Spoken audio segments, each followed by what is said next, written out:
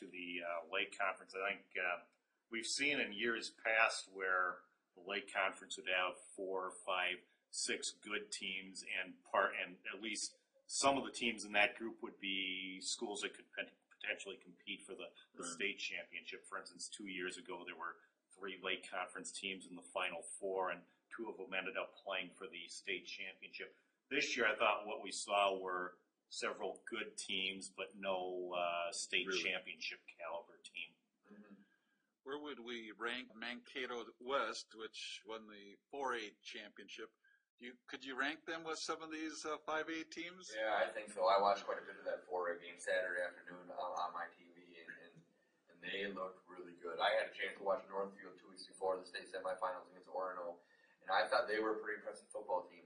Orono made some mistakes, 8 turnovers. You don't win when you do that kind of thing. But Northfield, forced those turnovers, and they did a lot of good things. I thought this is going to be a closer game, and Mankato West comes out and talked about some of these teams that run this spread offense we've talked about on the show in the past. They ran it to perfection. They have some athletic wide receivers.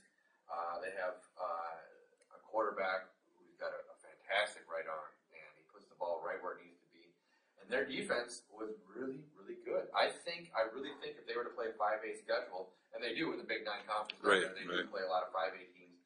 But I think if they were to play a 5A postseason schedule, they might have been a state tournament team. They were that good this year. I believe they're one of the largest 4A schools. And John, do you think even the state champion in 3A, Glencoe, do you think Glencoe could have played up a class or two? They've had a tremendous football program. A lot of their grads have went on to help the university and some other colleges. Well, Greg, obviously these teams had a very successful season, very good teams.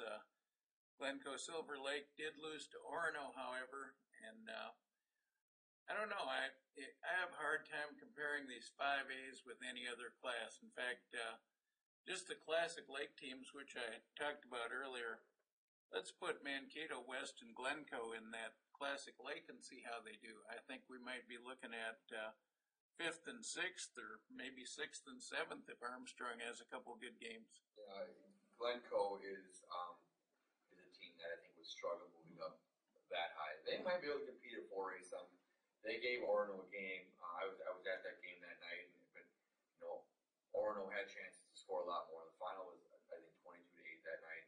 It really could have been 40-8. And obviously we got the Final Four. Orono struggled against Northfield, and Northfield didn't do much against Mankato West. I think Glencoe would have had some issues. The smaller schools obviously are going to have more kids going both ways, and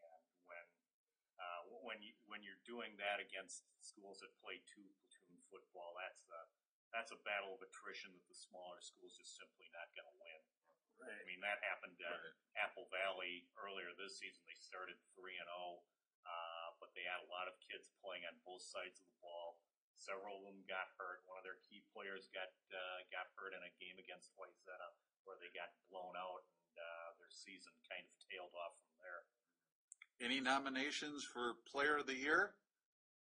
Let's go right in order. Have you got anybody? Well, off the top of my head, I can think of a couple. I might have to go Stephen Johnson, the running back at Montevideo. He had a heck of a year, and he followed it up a year where they were losers in the Prep Bowl to Tino Grace, and he put on yards in chunks, and that he was their offense, and he had a good offensive line to run behind as well. I didn't get a chance to watch him play this year, but everything I heard, he was every bit the bat. John? Wayzata was so balanced this year, I don't think there was any one player that really stood out for them. Best football player I saw this year was probably the Edina quarterback, Anders Lee. He rushed for 32 touchdowns. That's right, 32, and not a bad passer either. Mike? My pick probably would be James Peterson, the Blaine quarterback, because they switched to a new offense this year, which was almost a 180-degree reversal from what they were running. It's the offense they run is obviously very quarterback dependent because he throws the ball a lot, and he took them to the Prep Bowl, and really about the only team that was able to shut down what Blaine was doing this year was Wayzata.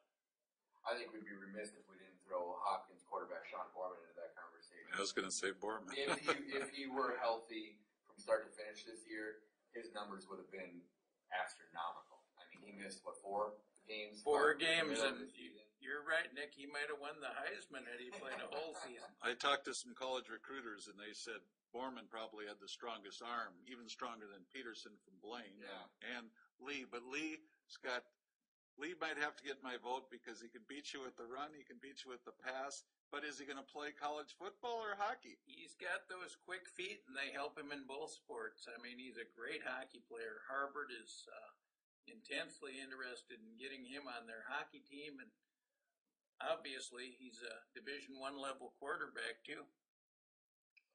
That should wrap up our recap of the Prep Bowl, and we'll get back to you with boys basketball previews and a little talk about the Mercy Rule.